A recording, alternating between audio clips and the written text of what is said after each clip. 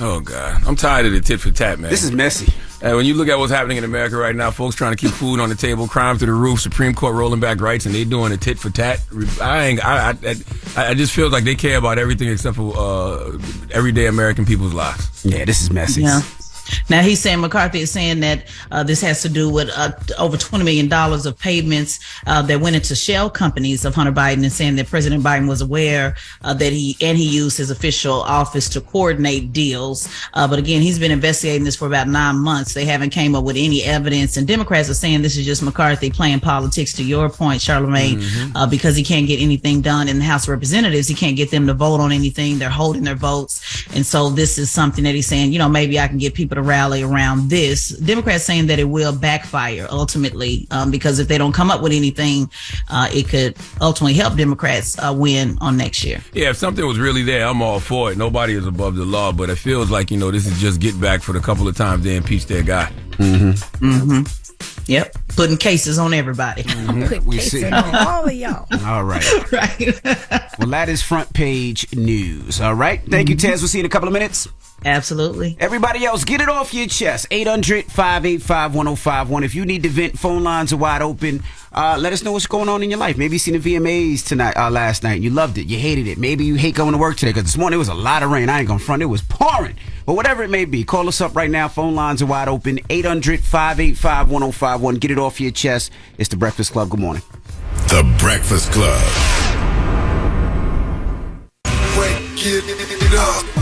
This is your time to get it off your chest. Keep calling. 800-585-1051. We want to hear from you on The Breakfast Club. Hello, who's this? Hi, what's going on? DJ Envy, Charlamagne the God, and Queen. This is Alice from Candles Delight. I'm the one that dropped off the candles. Oh, thank you, brother. Rock Avenue stand up. And I just want to know if you like the candles, Charlamagne. DJ Envy, thank you for posting it and stuff. We from the same hood. I appreciate you so much. Charlamagne hating. Envy said he loved the one called Lick Me All Over. No, I did not say that. Charlamagne is hating. Every time I light the Giants candle, he come and blow it out. You like your Cowboys candles, Charlamagne? I ain't seen no Cowboys candles. I threw that one out. It's one over there. There's another one right there. That's the right cowboy there. one I put it backwards so he couldn't see what it was. Yeah, and I put a cancer in the front of it as well because I know you're a Cancer, Charlamagne. Oh, I appreciate that. I see it now. I didn't see it. They hid it from me. Yep. You see, I got the Giants one lit right now. It's how y'all did us on Sunday, man. It was so disrespectful. Oh man, don't talk about that. Going to the Super that Bowl. game was embarrassing. That's the past. We don't talk about the past, brother. Can I shout out my Instagram so people could come and just check out the candles? It's Candle CANDLE _BE and that's on Instagram. And y'all can go to my website, anybody, and book some candles or book a session where I teach you how to make some candles. All right, brother. All right, my brother. Have a good one. Hello, who's this? Miz from Hey, Detroit. Miz. How you doing? How you doing, Hi, Andy. Hi, Charla. Peace. I'm not sure who the third person is. Miko Grimes. Miko Grimes. Hi. Hi, Miko. How you doing? Okay, so this is something I'm trying to get off my chest, and I kind of want to talk to DJ Envy about it.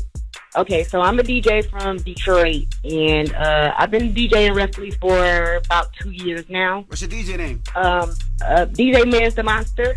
Okay, Mez the Monster. Okay.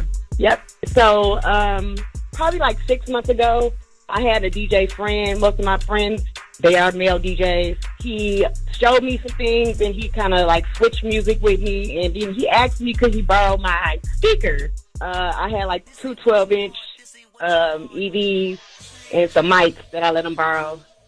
But that was 6 months ago. And I've been like trying to reach out to him, call him. It's either he's sick or he can't answer my phone calls. So you being the DJ, do you think I should take this in different matters? Like, should I take it on Judge Mathis? Because I really want my speakers back, even though I have got new ones. Yeah. Yes, matter of fact, you should say his name. He took your speakers and didn't bring it back. No, I'm not going to say his name because we from Detroit. I don't want to do that. Well, then you can't take him to court. If you ain't going to say his name, you got to take him to court. Better to say his name in court than on the radio. I was trying to get advice first before I did all that. So do you think I should go like another level? Because I feel like he's just doing that because I'm female. Yeah, I mean, Detroit is a big place, but it's a small place where everybody knows each other. I mean, I think you should just tell the homies that he stole your equipment. Well, basically, he did steal it, right? Yeah, Technically, absolutely. he's not giving it back. And he's ignoring you. Yes, he's ignoring me big time. So I don't know if that was a good thing that I should do to try to like take him to court about it. Yeah, but, take him I to really court. want my back. And the brother that stole DJ Mez the Monster's equipment, give her back her equipment, man. She's DJing. She's trying to pay her bills. Give her back her equipment. It's hard. It's hard out here. Thanks so much. You can do Judge Mathis, or you can do Judge Ebony K. Williams. She's got a show coming Oh, too. I'm gonna look her Yes, up. I'm I gonna look saw her that. Oh, Equal Justice. Equal justice. Equal Justice. Wow. Okay. up. Thank y'all guys so much. All right, man. Have a good one. Yeah, but take it to Ebony K. Williams show. She'll help you out. I will. All right, man. What's crazy? Byron Allen does both those shows. Really? Judge Mathis and Ebony K. Really? Williams. Yep. Oh, that's dope. Byron Allen's media group. Get it off your chest. 800-585-1051. If you need to vent, hit us up now. It's The Breakfast Club. Good morning. The Breakfast Club. It's a new day. This is your time to get it off your chest. Wake up. Whether you're mad or blessed. It's time to get up and get something. Call up now. 800-585-1051. We want to hear from you on The Breakfast Club. Hello, who's this? Hey, DJ, what's going on, Charlamagne? This is Coach Davis. How y'all doing? Coach Peace, Davis, Coach. good morning. What's up, y'all? How you doing? To the guest, Miko, I guess, right? I'm Miko sorry if I got Grimes. the name first. Yes, Yes. sir. Miko Hey, Grimes, how good you doing, morning. young lady? I'm good. Good morning. Good morning, good morning. Hey, listen, man, you know, I'm hitting a milestone this weekend. I'm turning 50. I Hey. just want to say happy birthday to me. I won't be here on Friday, you know, to give my shout out, but I just want to do that a little earlier, Where you going on you vacation? know. Oh, yeah, no doubt. I'm going to Punta Cana tomorrow, so Okay. I got to celebrate it. All right. You Well, know? don't get too drunk out there. Oh, not at all. But listen, can I do one thing? I like to give two shout outs if it's possible. Go ahead, Coach. My man Six, whose retirement party is this weekend. I can't be there, but yo, my man, congratulations. And about 2 months ago, I think y'all had Ice Cube up there. Yep. About the big three, right? Yep. One of the things he talked about was the ABA and how the ABA is on the come up. Well, I'm a general manager of the Coney Island Sharks, and we're the first ABA team out of Brooklyn. And our inaugural year is this year, man. And I just want everybody to come out. We're in Kingsborough College in Brooklyn, and we're going to have a great year. And Ice Cube is right. We're gonna come up, and I just want everybody to come out and support the ABA in the Coney Island Sharks with my man Ruben McLaughlin. Okay, Coach. All right, so y'all have a blessed day, man, and I appreciate y'all. And like I said, hey Charlamagne, Yes, it's sir. a Virgo team's birthday, my man. It's the Virgos. Virgos are out here, you heard? Talk that talk, Coach. I don't know why you telling me that like I care, sir. I'm a Cancer. Hello, who's this? Yo, we got Mack Rich on the line. How y'all doing? You Mack said Rich, Mad what Grits? up? No, Mack Rich, not Mack. Mack Oh, Rich, Mack Rich. MAC, man. Charlamagne, man. I'm straight out of Somerville, South Carolina. Hey, 843, what's happening? Somerville. Love Yes, Somerville. sir. I started to say Man, Slummerville. we in the but building. We used to say that when we was kids, so I'm a grown-ass man. I ain't calling Somerville Slummerville. Salute to Somerville. Hell nah, man. We on the bigger things, man. I just want to That's give a shout out to y'all, man. I'm super proud of you and y'all's whole team, man. DJ Envy, Jess, Charlamagne, man. Y'all are great people, man. I'm proud of y'all and how y'all became. Y'all are awesome, man. Keep that energy, please. Thank you, my brother. You on the way to work? I'm on the way to work right now, man. You know what it is. Got to get this money, man. Keep these children fed. Where you work at? Carolina Gutters in West Ashley. Oh, okay. Salute to everybody in West Ashley as well. All right, brother. Yeah, man. I just wanted to take a moment, man, and let y'all know, man, I'm super proud of y'all, and I appreciate everything y'all do for the people, keeping that good energy for us. And Mack Rich, man, MACRICH, new song, Wounded Soldiers, just dropped on all platforms, man. Salute to Mack Rich. You go Y'all support can get that Wounded up. Soldiers, man, my low country brethren. Hello, who's this? Yo, it's Mark from VA, Mohawk 757. Get it off your chest. 703. But look, this week is Job Appreciation Week. I think the company needs to show us more appreciation because while we out knocking these miles down, everybody in the office is doing free food and barbecues. While I was doing late nights, early mornings. Okay, well, let's drive appreciation. We blow the horn for us one time. You Man. know Envy wants you to blow them early. Blow. There you go. Have a go, Mark. Be safe on them roads. It is trucker appreciation. Appreciate y'all. You said it's driver appreciation week. I didn't I know gotta that. shout out my uncle, Haven Moses. He a truck driver. Salute to David. What do you drive, 18-wheeler? Yeah. Okay. Yeah, saved my life. How you save your life? I ran away And he moved me in with him and raised me since I was about 12 years old. Dope. Oh, wow. Yeah, like a father. More people need to go get their CDLs, by the way. Yeah. I remember that used to be a thing back in the day. Oh, my nephew's a driver too. Really? Yeah, Emmanuel Primer. And see, and I bet you they're making great money. Yeah, he's doing Absolutely. good. He's young too. See? Go get your CDL, kids. Devin. Yes. Good morning. Good morning. Now, Devin, she says she's a stay-at-home mom for 10 years, and now she got to go back to work. And you nervous? Oh, man. Well, I went back like a week and a half ago, and it's a struggle to switch gears. You know what I mean? What do you do? I work in a warehouse that exclusively works with Apple. Okay. What's so nervous about it, Mama? Is it leaving your kids, or is it... Well, for one, leaving my kids, obviously. Just being out there with... Because I'm not used to being with adults, you know what I mean? I'm stuck with kids all day. My oldest is 9, and I have 5. Jesus. Damn. Well, yep. Now, I can get it because you've been with the kids for the last 10 years, so you on mommy mode, and now you got to have adult conversations and know Blues Clues and Coco Melon. Oh, yes. And I feel like I have no time for anything. I stayed home for 10 years, and then the last 2, I started my own business, and now I don't have time for that or extracurricular activities. You know what I mean? It's just What happened? What happened that you got to go back to work after 10 years?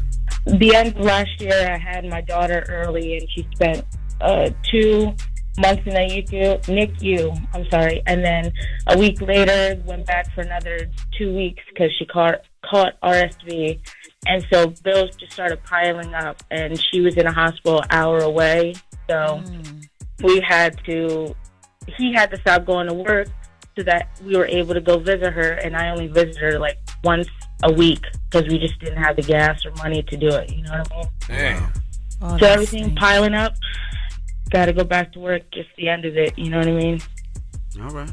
Well, Devin, you stay strong, and we'll pray for you, Devin. Mama. Yeah. Thank you. I appreciate it.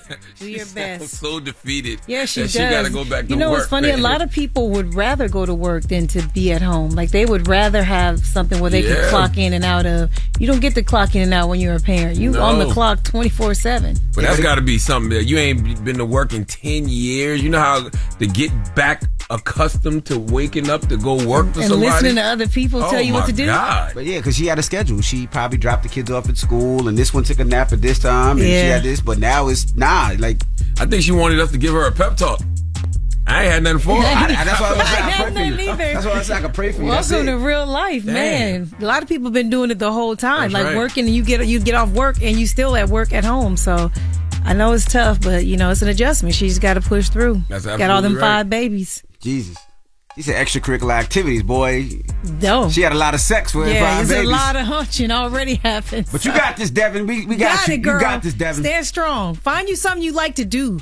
That's what you should do. Find you something that you really like to do, a job you actually enjoy. Get it off your chest. 800-585-1051. Now, when we come back, we got rumors. Give us a little tease what we talking about, Miko. On the Rumor Report, we're going to talk about the VMAs. That's right, VMAs last night. Did you see it? Did you watch? Well, we'll put you on to what happened last night, so don't move. It's The Breakfast Club on BET. The Breakfast Club. Morning, everybody. It's DJ NV, Charlamagne the Guy. We are The Breakfast Club. We got our guest co-host, Miko Grimes, here. What up? And let's get to the rumors. Listen on. Well, Miko's known for being a loudmouth. I got 17 years in this business. You need me? I got the tea, baby. Tell her. Made it. This is the Rumor Report. Sorry, I'm a truth teller. Miko Grimes. Miko! I got the tea, baby. Tell them what the business is. All right, so the 2023 VMAs took place in New Jersey last night. I did not watch. Did you guys watch? No, I was having Nigerian food with my Nigerian family. Salute to Cuppy and her mother. No, I did watch I know last you night. I seen watched. some of it last night, yeah. Yeah, so we're going to talk about it a little bit. So Nicki Minaj hosted, and she also performed her new song, Last Time I Saw You. Yeah, she performed a couple of times last night. She also performed in the Hip Hop 50 celebration. That's what's up. She I did saw that the, on social. Itty Bitty Piggy, right? Itty Bitty Piggy, yeah, she did that as well. And she brought out Lil Wayne, which was dope. Wow. I thought Lil Wayne opened the show. No, well, she did a part where she said something and then she was like, Millie, like the Lil Wayne record. And then Millie, a Millie, and then Lil Wayne came out and performed. Yeah, it was dope. I thought I saw on social Lil Wayne performing Uproar. I thought they said he opened the show. He came out in the Hip Hop 50. Oh, we gotta watch. A milli. Yeah, We okay. didn't see it. We gotta watch.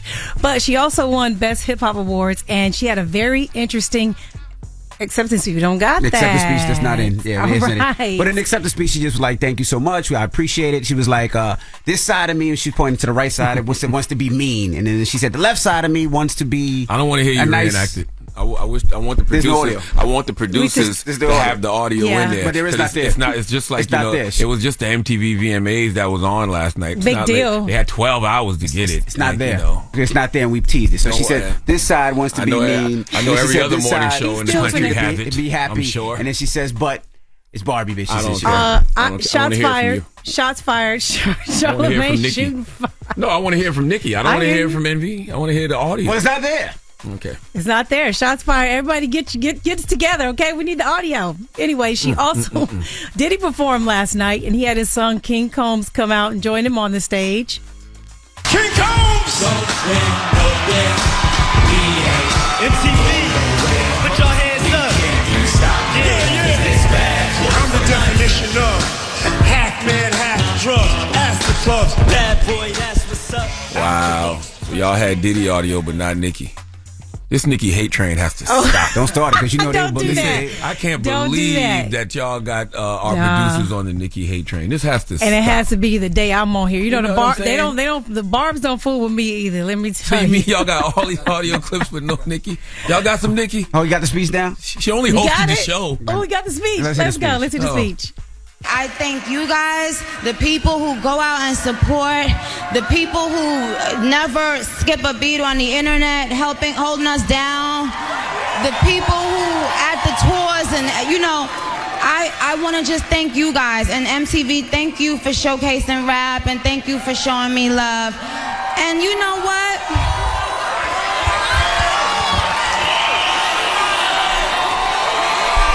Should I be mean right now or should I be nice? Mean? Nice. Oh. It's Barbie. Bitch! What was the Yeah. acceptance speech for? She won the Best Hip Hop Award. Yeah, you didn't do a good impersonation, by the way. At all. That was not good. I mean, I tried. It was not good. Not even a little bit. I tried. And Yeah. the Diddy Award was the Vanguard Award. He Vanguard won the Award. Global Icon Award. Right, and Uh-huh. Mary brought him out, and he performed for about 6 minutes. He did More Money, More Problems, Benjamins. He did I saw Missy. him Catch that, please. Goodness, look at me. He brought out City Girl. He brought out Carisha. Don't Young forget he Miami. brought out Keisha Cole. That was the best performance right there. Keisha can sing. By the way, last night is one of my favorite records of all time. Yeah. Like literally. Yeah, you cannot be in a bad mood when you hear No. that. Even though the song is about Your heart belongs to me. I love you so much. I'm yearning for your touch. Ooh, let me not sing. You come and take this pain away, yeah. Last night. That is Hey. a classic. Drop on a cruise bar for that Yeah. record. Yeah. Last night is one of my favorite records of all That's time. hard. You hear me? Well, they killed it last night. I know we got to wrap up. Doja Cat, she killed it last night. She performed. Okay. Don't forget Cardi B, Meg Thee Cardi Stallion B performed and- bongos. Yeah, they performed. You got to play a clip of bongos. Yes. Come on now. Play it.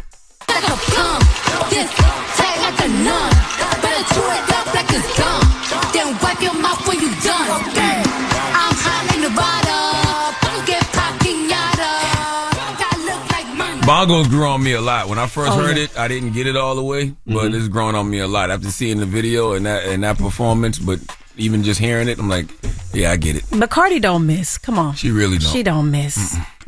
Sis don't miss. Sweetie had a rough day at work. Who? Sweetie. Oh, Sweetie. I know y'all caught the clips of her kind of flubbing. That's a hard job. I want to just put that out there. That's It a is. hard job. It's her first time, but it was very entertaining, I gotta say. Can we hear it?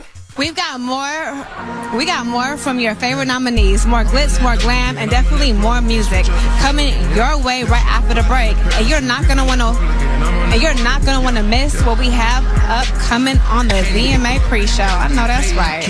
I know that's right. Y'all producers done effed up the teleprompter. Yeah, that's exactly right. I know up. that's right. Yeah, and it was her first time too. I'm sure that she was already nervous, and the teleprompter just rolling on her. Poor thing. Because you do rehearse that. Like people don't realize that you do rehearse that. So clearly something messed up in the teleprompter. Yeah. Well, the bad thing it was is, like moving you said, too fast. Yeah, that's the sad thing about it. Like people are blaming on Saweetie. We don't know what happened. And sometimes those teleprompters go out. If you ain't never sometimes they move too fast. If you ain't never sometimes they move too slow. That's right. Like you can't blame him for somebody who's, like you said, who hasn't done it before. That's right. If you ain't never read off a prompter, don't judge that human. That's right. And the beautiful thing about being a radio personality, even a comedian, like you can ad lib. You can freestyle. Yeah.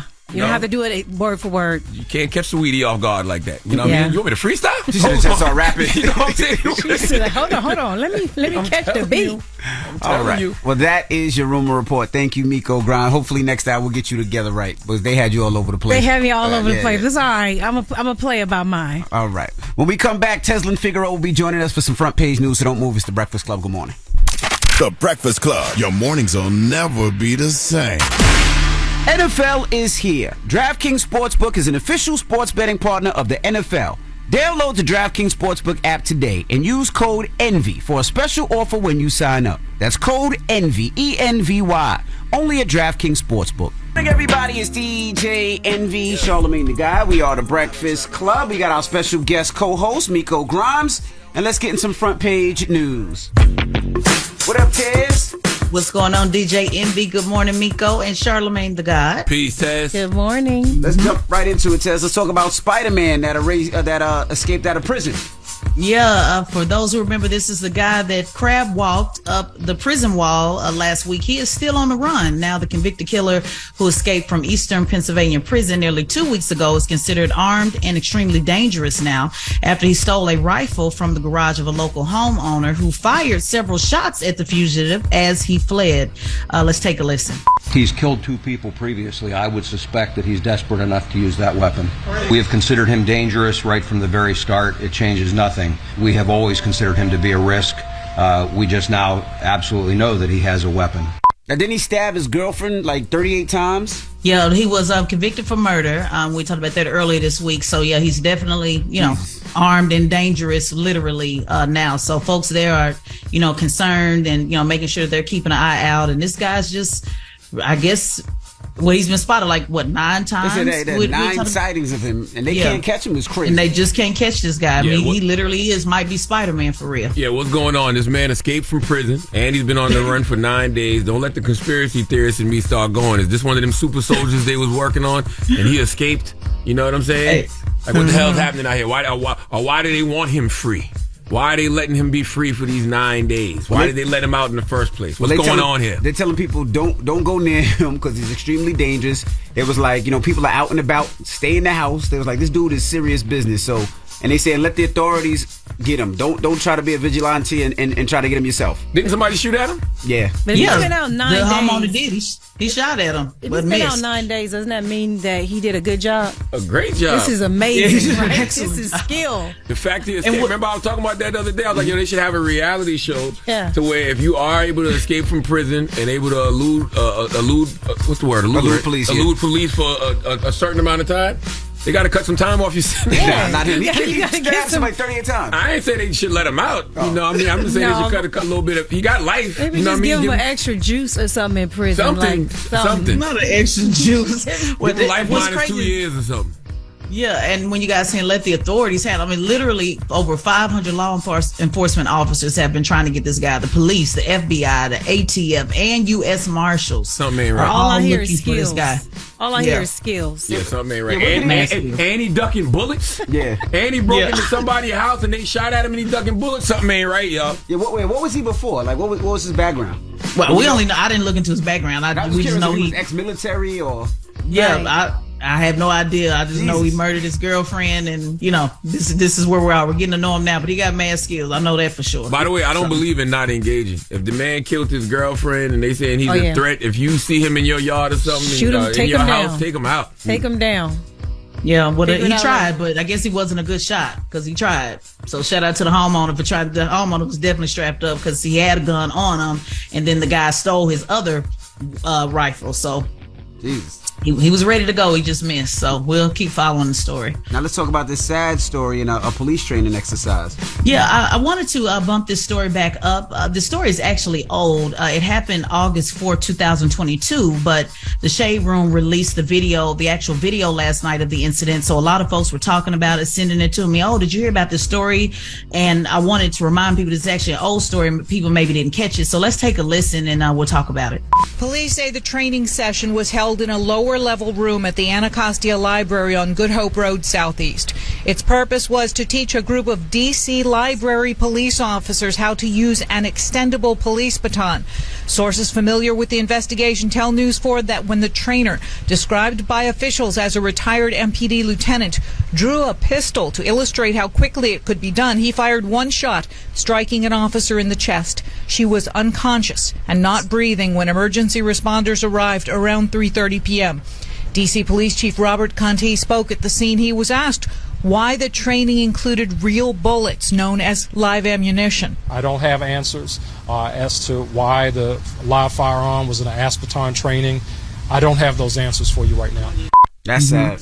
Yeah, so she was a 25-year-old Marcia Mayan, and a lot of people, were really shocked by this story.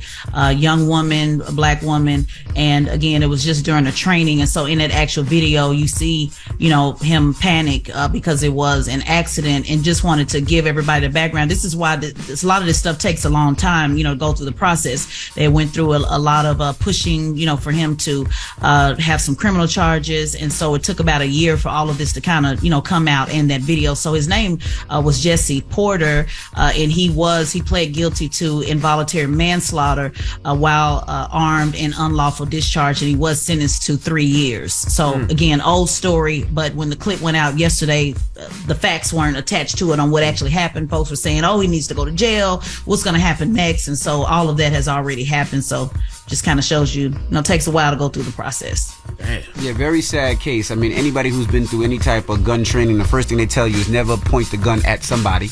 And make sure the gun is unloaded. So if the gun accidentally does go off, it's never pointed at a person. Also, even if you shoot in any type of movie or series or anything like that, it might look like the gun is pointing at somebody, but they never point at the person. It's always a little off to the side where the camera is pointing at somebody, which is very weird of why he was actually pointing the gun at somebody, because that's the first thing they tell you. You never point the firearm at somebody. This might be a stupid question, but why do they use real ammo during training? Well, that's the whole thing. You have to. Even when I went and got my license to carry, they tell you, they make you sign paperwork that actually says if you get shot while you're training, you can't sue. Damn. Yeah, but in this. In this particular case, he was not supposed to have live ammo. This was in a library. So this was not on like at a training site or, actual, weapon site. This was in a DC library, and she was just they were teaching them how to be, cops for libraries. So he wasn't supposed to have ammo at all. Definitely wasn't supposed to have live ammo. They don't even know why. That's why the chief was saying, I don't know why he had those things. So it was actually against the law, against the law with DC law. So this was just a sad incident all the way around. That's horrible, man. All right. Well, that is front page news. Thank you, Tiz. Thank you. And make sure you subscribe to Tesla and Figaro's podcast, the Straight Shot No Chaser podcast on the Black Effect iHeartRadio podcast network, and follow at Tesla and Figaro on all social media platforms at Tesla and Figaro. All right. Thank you, Tez. Now, when we come back, we have the CEO of the Zeus Network, Lamel, and also Natalie Nunn. Natalie Nunn. I ain't seen Natalie Nunn in a long time. Well, I seen her last week on live when she called you a bitch ass ninja. Yeah. Lamel be pushing that type of stuff. That's what we need to get on, okay? Y'all been letting Lamel walk around out here with no smoke, and I don't understand why. Okay. I just want listen, we all get smoke, right? For different things. Yes. So I want him to get his fair share of smoke, because I don't see it. Jesus. Am I tripping? You're not. Oh, okay. You're not. All right. Well, we're going to kick it with them when we come back, so don't move. It's The Breakfast Club. Good morning. The Breakfast Club. Natalie Natalie Nunn is here. Oh my God, Natalie Nunn. Why did you feel like we canceled your interview? Because I was told that we were going to come up here last week when the baddies were here. And then I was like, why are we not invited anymore? I don't know. We have multiple publicists, so They lied to you. they must have lied. Yeah, because you had never scheduled.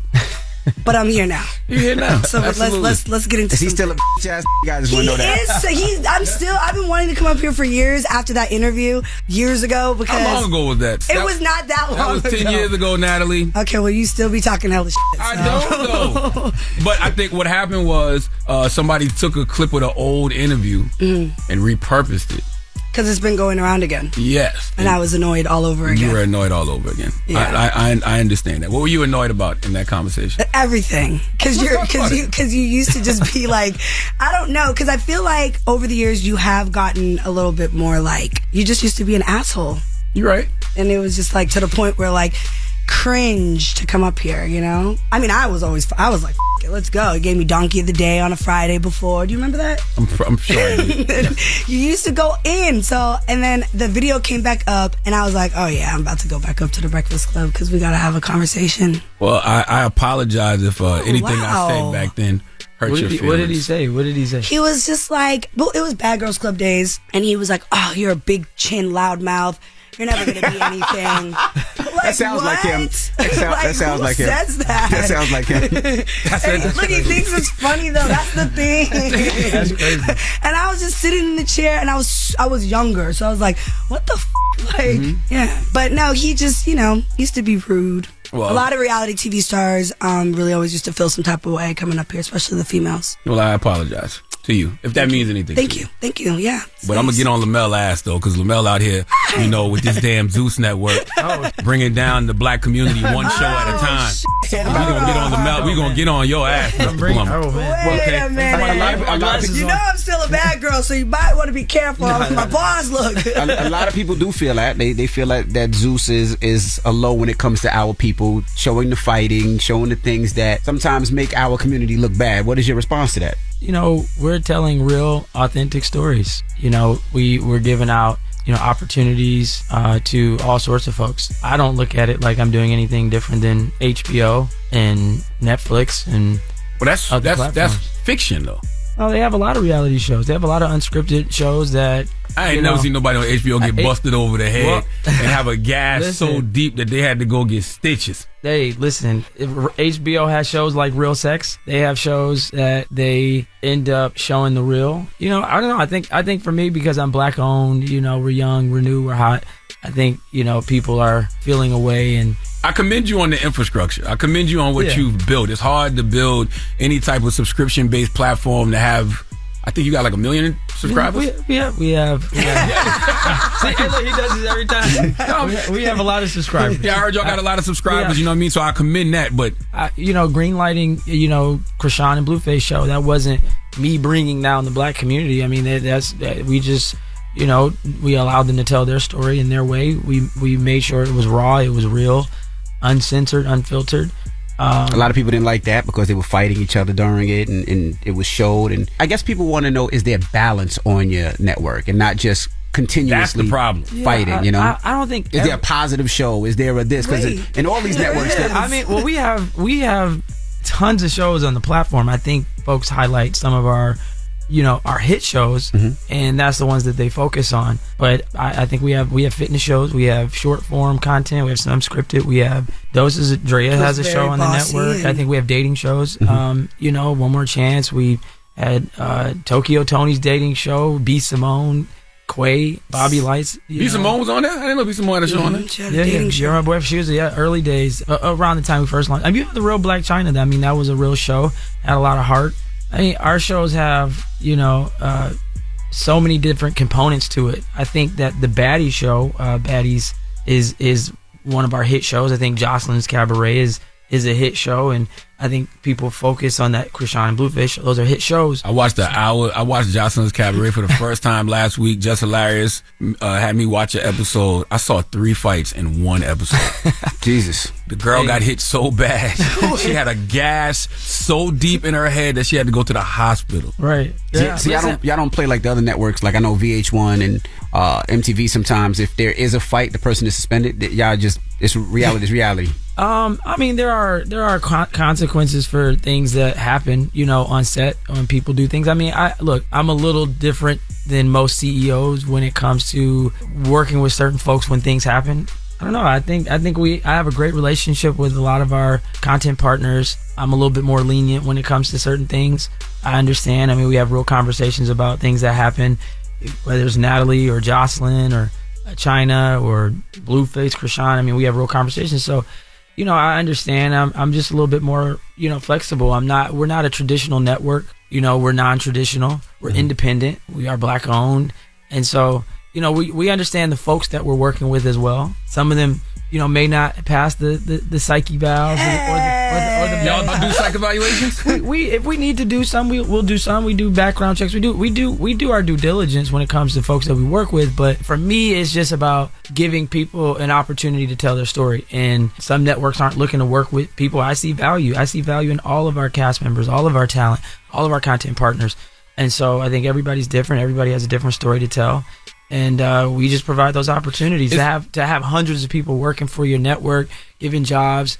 I mean, that's on and behind, in front of the screen and behind the scenes is a big deal for me. Let me ask you, how did, for people that don't know, what was the idea of this network? How did you get this network started, and how did you get it off the ground? He was in a club and saw a bunch of girls fighting. There you go. I mean, that's exactly what happened. This on Shade Room. We can record it ourselves and put it on TV. Not at all. No, I think for me, originally, I wanted to launch a television network. I come from working with parents who own networks. So I just thought it was. You said you come from parents that owns television networks. Okay. Oh, your parents owned like local cable? Yeah, a bunch. I think you told us that before. Yeah. Mm-hmm. And so for me, it was just important to launch my own network. But I felt like the Netflix model was the new wave. All about convenience, choice, and control. Subscription model. VOD. All that stuff was just like the new wave. And so for me, I just wanted to get ahead of it. And I aggregated a lot of content partners, and kind of my motto or philosophy in the beginning was we're putting the hands back into the power of the content creators. Mm-hmm. And we want to empower them, we wanted to let them tell their stories. And so like I said, I aggregated a lot of folks to come be a part of the network. So I think for me it was just really about empowering the content creators and the talent, and giving them different types of deals and allowing them to tell their stories. And so for me, I launched the network in 2018. We've been up and running for over 5 years. And, it's been growing and scaling ever since. And so... When did you start making money? When did you start making money? How long did it take? It took a minute to make some money. It was a little bit of trial and error. And, we had a little bit of experimentation when it comes to certain projects. Mm-hmm. But how much is a subscription? $6.99. $5.99. $5.99. And what was the first show? He about to do the math. And what was your first show to take off? That was like, this is it. We had a couple shows. We had, Blame It on Quay show actually did fairly well for us when we first started moving and getting things going. Then B Simone show did really well. Then One More Chance. One More Chance did really well, and then Black China just kind of really took us over the top. Hey everybody, it's DJ Envy, Charlamagne the Guy. We are the Breakfast Club. We're still kicking it with Lamel Plummer and Natalie Nunn. He's the CEO of the Zeus Network. And now, what about the partnership with Floyd Mayweather? Was that? Yeah, that was great. We partnered with Floyd and the Money Team. And that was fun. Shout out to Daryl Farmer and Walt and Rella. Was that profitable? Rella and Jonah. Yeah, they all did a great job making it happen. But Floyd loves working with us. We love working with Floyd. We do good business together. He's a great partner, and the fights are fun. I want to do fun. Another. I was on the undercard. Yeah, her and Tommy fought. They were undercard. Floyd. We are talking about some other fights, but that fight looked so pitiful. It looked like y'all were so damn tired. I I wanted to keep going. It was her who just fell to the ground. Like, what are you doing? Get up. She was tired. Did you have a chin guard on? Oh, you know what, Charlamagne? Not today. Not today. Not today. Listen. He's still a ass you see? That's why I'm not going to let him slide too much. Listen. Now you posted a picture and everybody thought you had surgery. They thought you shortened your chin. I didn't even know that's possible. Now, Was see, that call him a ass. Now call him a rumor. Ain't nobody. That wasn't no rumor. I ain't never see that. Listen. Was that a rumor? It was a rumor. And it's a rumor, but I feel like what happened was when I first got in Hollywood, I was like probably 125 pounds. I was like 24 years old.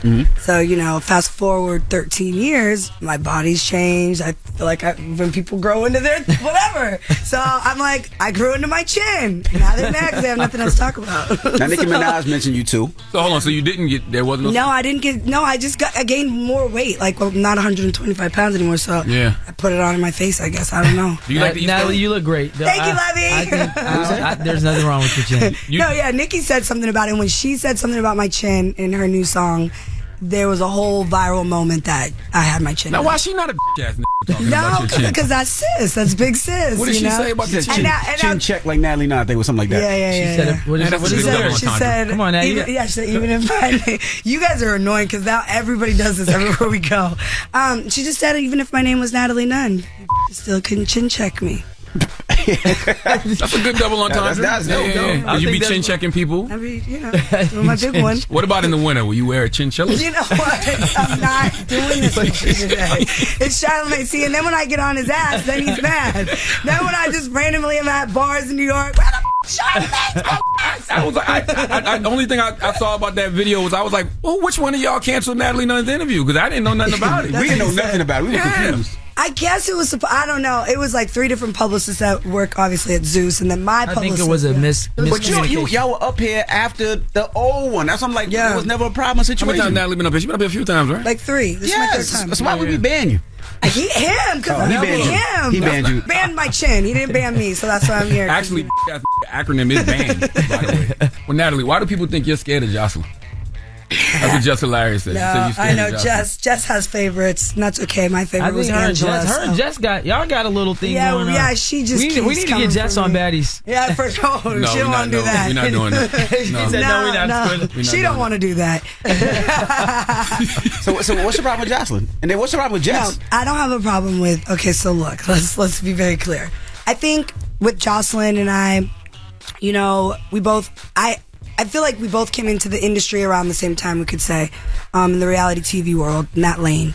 You know, she owned her lane at the time for Love and Hip Hop, and I definitely owned the Bad Girls Club. We all can just say that about the two of us. So, you know, when it came down to me coming to Zeus, I think she was already like 3 seasons in on Jocelyn's Cabaret, and I've always supported her show. Like, I've always reposted, posted it up. I mean, can you agree to that? I've always, it was never like you know, but I think, you know, once Baddies came and kind of did our thing, and started taking off a little more, and now obviously it's the season 4, I think it started becoming more of just like a competition in the sense of like, who's the queen of Zeus or whose show is running Zeus.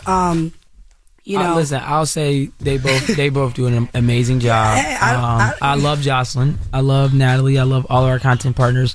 I think that, you know, it's just a little healthy competition. Jocelyn's show does incredibly well, and shout out to Jocelyn Ballistic. The success of Jocelyn's Cabaret. We just, you know, Jocelyn's Cabaret New York is airing and is doing incredibly well. I have a great relationship with both of them. They do interact sometimes, and you know, it's been a little up and down from time to time, but I think for the most part, I think What's up and down? Like, y'all have arguments behind the scenes? Yeah, we do. Sometimes. Would y'all box like you box Tommy? I mean, I would, but I don't know if she would. But why y'all ain't record that? I mean, I would. Jocelyn's focus is her music and her show. I don't think she wants to do that. I think she could get on the ring with you for the right price. Y'all make a lot of money. That'd be a good. That'd be the undercard for the next Floyd fight. Yeah, hey, I'm down. No, so it's not like a. I also think people stir it up. I think people like Jess or people like, what's your problem with Jess? She said, you know, she'll say things like, oh, you know. She's a comedian also too, though. I know. Listen, I let everybody live. What did Jess say? Okay, well, originally Jess started Put him on Bad Boy. Jess started off by saying that Tanisha was her favorite from Bad Girls Club, and that I shouldn't be running Bad Girls Club over at Zeus. That's how it started. And I was like, what is she talking about? Like, you know, so she started with that. Then the second thing was when Krishan and Blueface's show came and, you know, my name's in the credits as an executive producer, she went on to say Natalie is exploiting Krishan and making all this money off of her. And there's a whole thing on YouTube if you Google it. Like, she just went on a rant. And so I just be like, how as another female are you going to be mad at me for just working? I'm just doing my job. Like Lemmy said, you know, we're just following people's stories. I'm not telling Krishan to do this. I'm not telling Krishan to, you know, we're just following them. It's just raw, uncensored, you know, whatever they're doing. So I'm like, how am I exploiting her? Like, what? Like, you know, The only thing I would correct Jess on is not just you exploiting her, it's Lemmy too. No, but we're not. We're not. Don't start, Charlamagne. But Jess got her opinion. She got her opinion. Exploiting who, Jess? No, Krishan and the shows. Oh, first of all, I love Jess. She's great. Oh, God. I have an issue with Jess. I don't have an issue. I mean, last time we saw her, I told her to get the out of our section. Well, you guys were getting into it. I was trying to calm her down, and I was like, hey, well, you know, Y'all got into it somewhere? Yeah, we were at. It was in when you sponsored Houston. Lemmy sponsored that Tycoon weekend. One of the sponsors with 50 Cent. And they were kind of having a little thing. But Jess and Natalie? Yeah, she was randomly walked into our section. She tried to grab our bottle and drink. Like, you were just talking Jess. shit. No. Jess Like, like, you what's was up? just talking See who wants to smoke. Me. Listen, Jess and Nat, they both listened to me in that moment. It was calmed down. And it was, we diffused it, and you know, I don't think they've talked ever since, but I think you guys should talk. I thought she was. Yeah, this was like last year. It was Taco Weekend in Houston, right? It was a year ago. Never tell me y'all almost got into a fight. But what did you ask me about Krishan? That we're exploiting them. Yeah, why do you exploit her? I don't even know. You can see why people would think that, though, if they don't know. How are we telling grown people? We cannot tell. First of all, I don't exploit Blueface and Krishan. They're executive producers. They're very aware of what we're filming. They are very hands-on with the post-production aspect. They watch the cuts before they are released. They give notes. They are very hands-on. We don't exploit our talent. We don't exploit. And that narrative, needs to stop. I mean, that pissed me off when she said everybody is that. pretty hands-on and aware. We don't control what people do. I can't control, like, there's no universe where I can control Tommy and how she comes off on camera. She did a great job. She was a producer. She was hands-on with Baddies West, and I love Tommy. She's great, but she's gonna be Tommy. Just like I have no control over Natalie. She's gonna do Natalie. I have no control over Blueface, Krishan, you know, Jocelyn. I love all of them, and you know, I appreciate that they love the relationship with me and Zeus, and they do their thing. And I think that people appreciate, which is part of the success of Zeus. At this current time, you know, the realness and the rawness of and the authenticity piece of it all. All right, we'll keep it locked. We got more with Lamel Plummer and Natalie Nunn. It's the Breakfast Club. Good morning. Morning, everybody. It's DJ Envy, Charlamagne the Guy. We are the Breakfast Club. We're still kicking it with Lamel Plummer and Natalie Nunn. You know, he's the CEO of the Zeus Network. Charlamagne? You do have a double major in sociology and communication. Which when you was here 10 years ago, that's one of the things I said. I was like, don't you want to utilize those degrees? Do you feel like you're utilizing them now? Yes, for sure. I feel like now that I'm like executive producing Baddies, I deal with all of the girls every day. Like, I'm hands-on, you know, with Lemmy and the team, whether it's casting, you know, working with the girls on camera and off camera. Just, you know, I feel like my communications, degree definitely helps in that field because for some reason I could smack the shit out of a girl and we could still have a conversation 5 minutes after. And then even then, you know, sociology, I really understand a lot of the girls and just even the bad boys. Like, you know, the study of people is really, you know, what sociology is. So I feel like I definitely am able to utilize both of my degrees. I think I told you that before, even, you know, when I was up here years ago. Like reality TV, I think that is really what's helped me be a reality star and now even like a boss, because I can literally sit there, listen to them. I get it, and, you know, work with them. And it's helped you to manipulate people, right? Sure. Because you know what you're doing on social media. And I guess that's the only thing that I be tripping off. Because, like, you know, even last week when you went into the whole tirade, Charlamagne, but I'm like, and I knew she you were knows what she's doing. I do know what I'm doing. But I know these. Could y'all just help me make up? Just make up. Just both of y'all make up. But I know these things. I guess that's the only thing. Hey, he's a great story producer. He is really good. I just want people to see more of that side. Okay. Because people do follow you. They do watch you. And I think you owe it to these people to show them all of that whole totality of Natalie Nunn. I think they're getting it. I mean, the thing is like I do feel like I live two lives, and I'm gonna be honest because I'm on reality shows with other females that you probably would not see me with all the time and every day, but we're living together for a month and a half, 2 months, whatever, while we're filming, and then I go home. I have like family, and so my friends from home, and so it is like a balance for me. I have to tap back into being the boss baddie now. I don't really, I'm not on the show like Bad Girls Club 10 years ago, like being manipulative and doing that. I actually am just sitting there like, so how can we figure this out, girls? Like, if you guys want to fight it out, fight it out. If not, like, so I have grown up, but I can still be very manipulative, especially. Sociology degree. Yeah. Yeah. And you was an athlete. Didn't you go to the Junior Olympics? I did. I played soccer at USC. See what I'm saying, Natalie? Like, people need to see that. That's why I get frustrated at, because I'm like, you're more than just the reality show. Yeah, for sure. Person. I mean, I feel like over the, 14 years now of me being on reality TV, people know that, They know. They know. How do you keep yourself from really getting mad, though? Like when you're really about to get upset, like what do you do? Chin up, shoulders back, breathe. Tell yourself you got this. I wouldn't take that. What? This is what he does. Y'all make everything a joke. Like, what are you talking about? You said pull ups. That's a technique my therapist tells me to do that. Yes, chin up, shoulders back, breathe. God. You got this. That's a technique your therapist will tell you to do.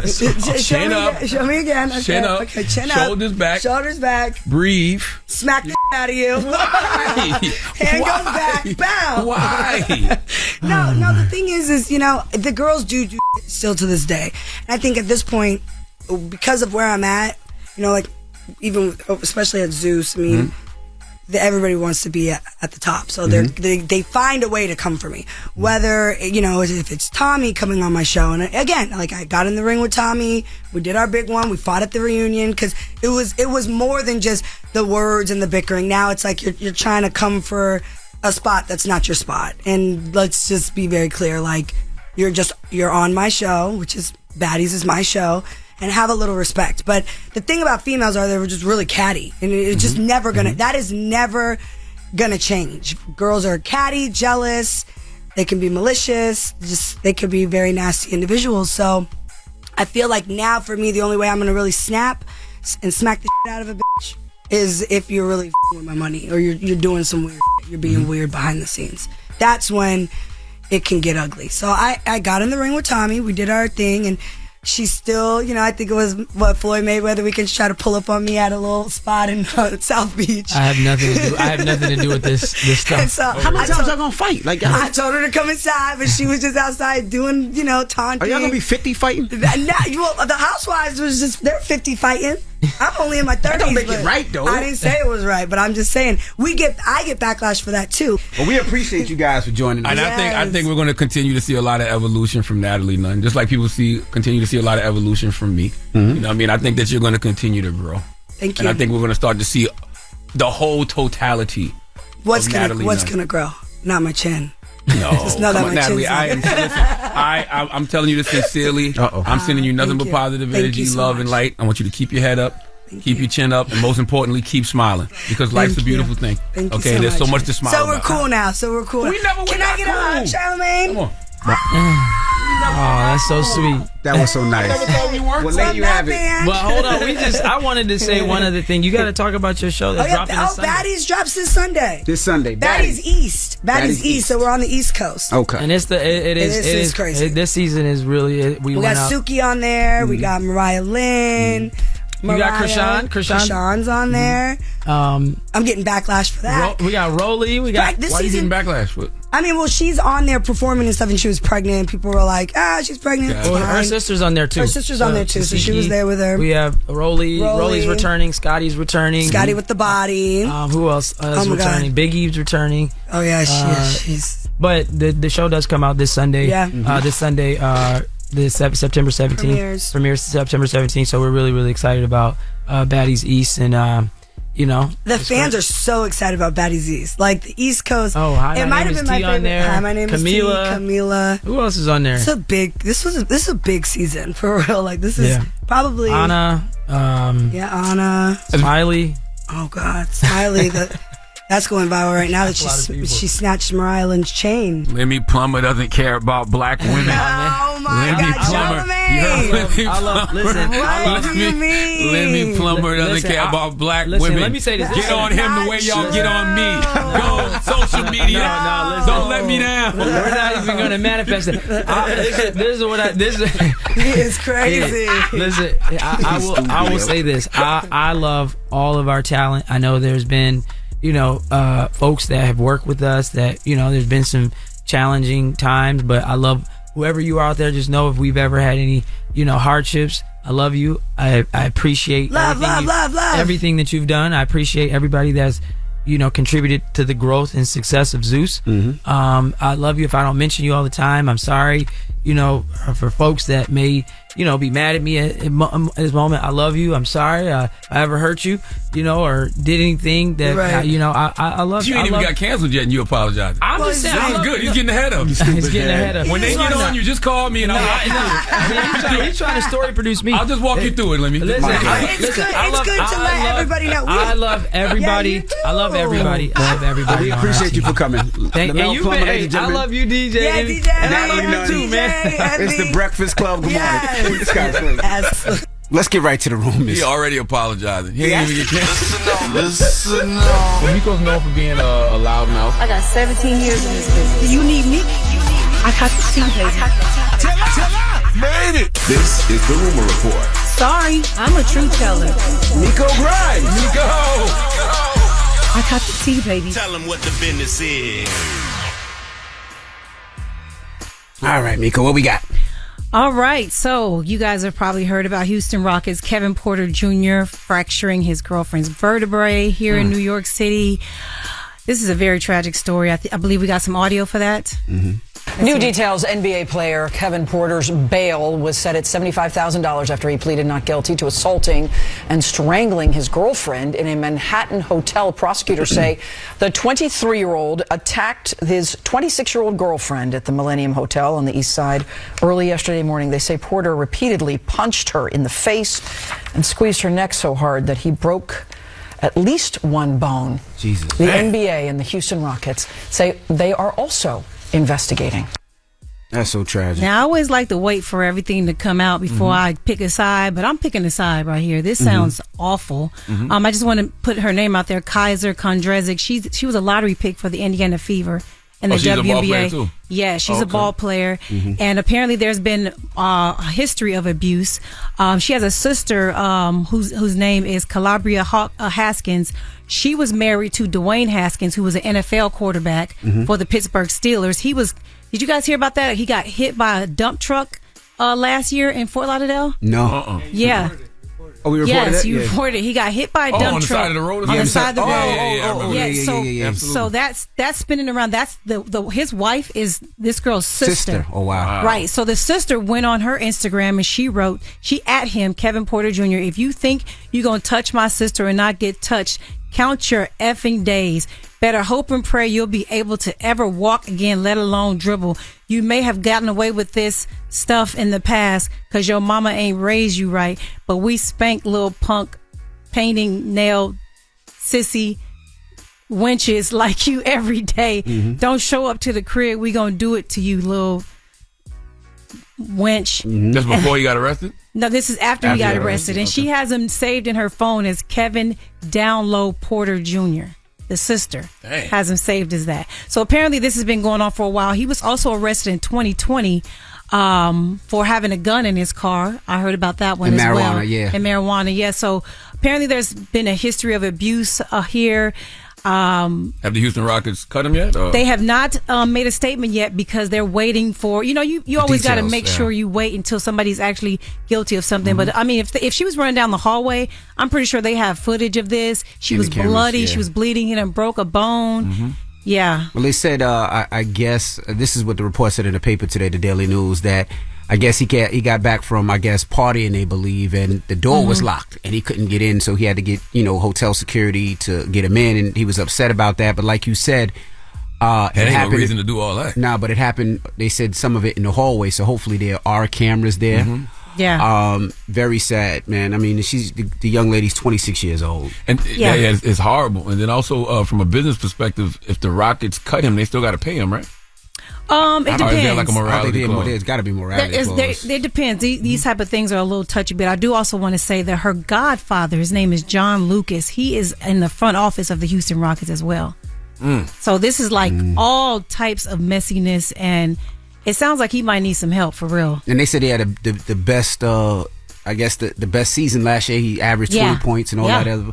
But I mean, he should be cut. You don't put your hands in strangle somebody till they break a bone in his neck. What kind of rage were you in? Jesus Christ! Absolutely. I guess that's why they say you got to investigate, even though you hear all of these details. Like Miko said, they got to wait until everything's fully played out. Correct. Just for business purposes, I'm sure. Yeah, because if you fire him and stranger things have happened. Let's say she did something to him, which I don't know what would warrant what he did either way. But let's just say he does have, a defense of some kind, and you fire him. Now you're lawsuit against you. You're liable. Yeah, you're liable. Yeah, so they have to wait, but he has to be in court October 16th here, and they have a preseason game.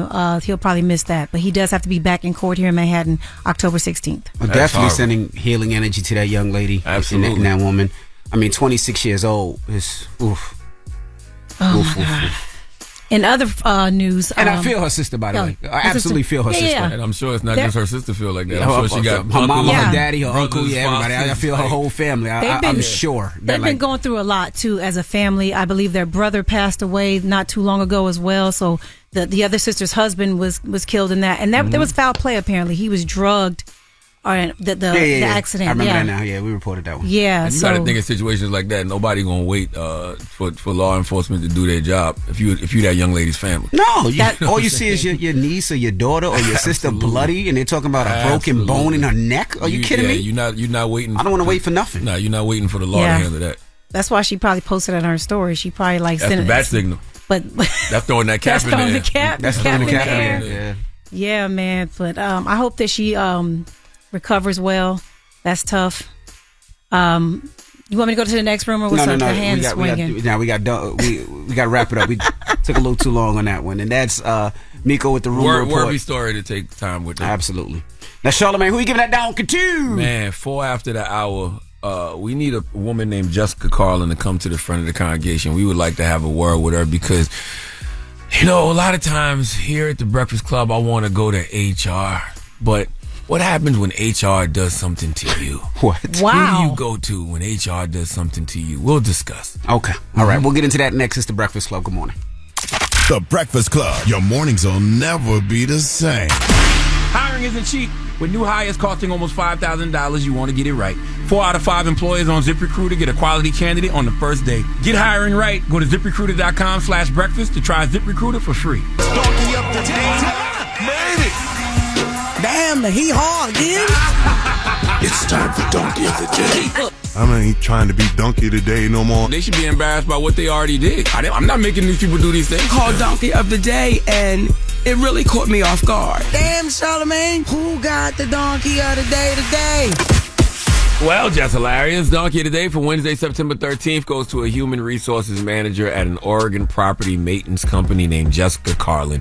Please keep in mind that I said she's HR, human resources. Now, Jessica Carlin is the HR supervisory human resources worker at the company she works at, and she's being accused of harassing a Spanish employee without consequence. Of course, it's without consequence because she's the person who folks go to when they want to administer the consequences. Okay, everybody reports to HR when they have issues in the workplace. So who the hell are you going to report to when the person causing you issues is HR? Well, what did Jessica Carlin do? Jessica did something that is very inappropriate and something that I would never, ever even think of doing. Jessica Carlin is being accused of sending a large, black, chocolate penis and scrotum to a janitorial manager named Steven Urenda at a company called Dash Your Lights LLC with the message, "Eat a Dick Gregory on the inside box cover. All right, that's right. She sent a chocolatey Chuck Dickens, a delicious ding-a-ling, a tasty twig, and berries to Steven with a note that said, eat a Dick Van Dyke. All right, she should have sent a message that said, hungry, eat a D. Or, you're not yourself when you're hungry, eat a D. Who would ever send something like that to somebody? What a sick world we live in, where people are sending their body parts to folks in their workplace. Who does that? Okay, whether it's in the form of chocolate or a cake or a mold of a private part, how inappropriate. Okay, who would do such a thing? And who does one report to when it's actually HR doing it to you? Now, according to the New York Post and the Daily Mail, Jessica Carlin allegedly sent the president and harassed the Spanish employee, forcing him to resign due to the hostile work environment. Now, Steven is seeking $525,000 in damages following the alleged racist harassment caused by the big chocolate penis. Now, listen, I can understand the harassment part, but why is this considered racist? Because it was a black chocolate penis? Huh?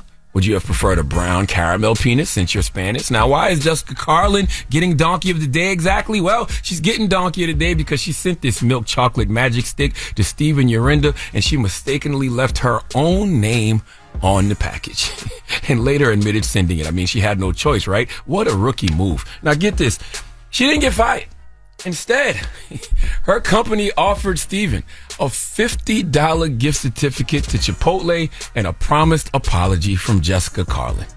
Now, I don't know if the gift certificate was actually Chipotle, but in my mind, it was Chipotle, okay? Maybe Taco Bell. That's why this Spanish brother thought it was racist. But apparently, he took the gift certificate, but Jessica never said sorry. And since she never said sorry, he filed a lawsuit. Now, this is why apologies are important. If you hurt someone, just apologize. Apologizing reestablishes dignity for those you hurt, letting the hurt person know that you know it was your fault, not theirs, and it helps them feel better. Okay, apologize helps repair relationships, especially in the workplace. You know, you get people talking again. An apology makes people feel comfortable with each other. But instead, Jessica Carlin didn't apologize, which is the equivalent of telling this man to sit down, eat your burrito bowl, and be quiet. Now, would you like to hear more? Jessica Carlin really was terrorizing this man. Jessica, a few days prior to sending the gift, called Steven a huge Dick Tracy to management, and that's what prompted her to send the package to his house. According to court documents, Steven's wife and daughter were home when this one-eyed chocolatey chunk of heaven was sent, and they were deeply disturbed, rightfully so. Now, was the gift was purchased. You're not going to believe this, and don't you write this down when you hear it, Envy. The gift was purchased at a company called D at Your Door. I am not making this up. I'm not this good, okay? They do custom deliveries of crude edibles, and 89% of people who purchase peanuts from this store gave them 5-star reviews. All right, the company wrote online, roses are $2,000. Chocolate is even better, a chocolate D. This milk chocolate D in a box is perfect for a special occasion or just a friendly reminder to eat a Dick Clark. Okay? What makes Jessica Carlin an even bigger donkey is that the whole point of this company is to remain anonymous. Okay? They ship anonymously on purpose. So her dumb ass had to go out of her way to intentionally put her name on this Dick York. Now, Steve's lawyer said to allow a supervisory employee in a position of power, especially one with responsibility for human resource functions, to act in such a blatantly racist and harassing manner toward an employee is inexcusable enough. But the retaliation my client received while advocating for some basic human dignity and a safe working environment went the step beyond. I'm still trying to figure out why this is racist. Maybe I need more details. Inappropriate, yes, but racist? Why? Because it was black? What's crazy is I never knew that black penis was worth $525,000. I always thought it was worth $40,000. The moral of the story is everybody grow up. Okay, I just don't understand what kind of world we live in when people think it's normal to do this kind of stuff. And what a chocolate-covered pickle you find yourself in when it's HR doing it to you. Please give Jessica Carlin the sweet sounds of the Hamiltons. Oh, now you are the donkey of the day. You are the donkey of the day. Yee-haw. What a strange world we live in. Can you tell me the name of the company again? It's called D at Your Door. D at Your Door. With actual, spell it out. Okay. So let me ask you a question. Why your mouth watering? Because hold up to he probably wanted it to be a light-skinned penis. No. I say a little drool. Crazy. Human Resources sent that man a penis, and he got $500,000. Chocolate covered penis. No, he's suing for $500,000. He's suing. He ain't got nothing yet. He got $50 gift certificate to possibly Taco Bell. So a coworker sent me an ass with his scrotum. Your scrotums was on that? What are you talking about? The ass you sent him. He talking about you. I know he is. I don't know what you're talking about. How much you think I could get? Ooh, you could eat. Well, I don't even know what you're talking about. You could probably get more. Why? Because there's probably a bigger bag over here. You could have, that you're important. Can I say it's racist because it was a dark skin ass? You should shut up. That's what you should do. You should shut up. Envy. You wanted it to be. That's what you should do. You wanted it to be what color? DJ Envy. You should shut up. No. Okay. What did you send me, sir? I didn't send you nothing. Okay. What did he say? You better shut Tell up. on him. Tell. Nope. Tell. Nope. You saving it? Nothing. I'm gonna. You're gonna save it. Put it in my next book. Ooh. Real life, real Charlamagne. Don't want you dead. You do that, I'm gonna get in line. Oh my God. Get in line. I hate this guy. You guys are wild. BT, we'll see you tomorrow. Oh my God. Everybody else, Salam Remy will be joining us. What's wrong with you? What's wrong with you? Yo, if y'all did we have a conversation yesterday? We don't take like things this? serious, huh? Y'all like this? Huh? Y'all like this? I don't know what he's talking about. Y'all like Salam this? Remy will be joining us when we come back. It's the Breakfast Club. Ain't nothing wrong with being a little gay. Everybody's a little gay. No, it's not. The Breakfast Club. The Breakfast Club. Your mornings will never be the same. Morning, everybody. It's DJ Envy, Charlamagne the Guy. We are the Breakfast Club. We got a special guest in the building. We got a legendary producer, Salam Remy. Welcome, brother. indeed. Welcome back. What's up, brothers? I'm so glad to be back. Salam is in here being ultra creative this morning. That's right. What is the Muse Zoom? Museum. Museum? Yeah, Museum. I decided to put the MUSE instead of just, Muse and the Museum, basically. He's playing around with it. But basically, I created first of all, I retired from producing on my 50th birthday last year. Are you done with music? I don't believe How that. could you do that? I could because I needed to. You know what I'm saying? I felt like I put my 36 years in. You just produced a masterpiece a couple of years ago. Yeah, a couple of years ago. But at this point, you know what I'm saying? That's something I wanted to do since I was 30. You know what I'm saying?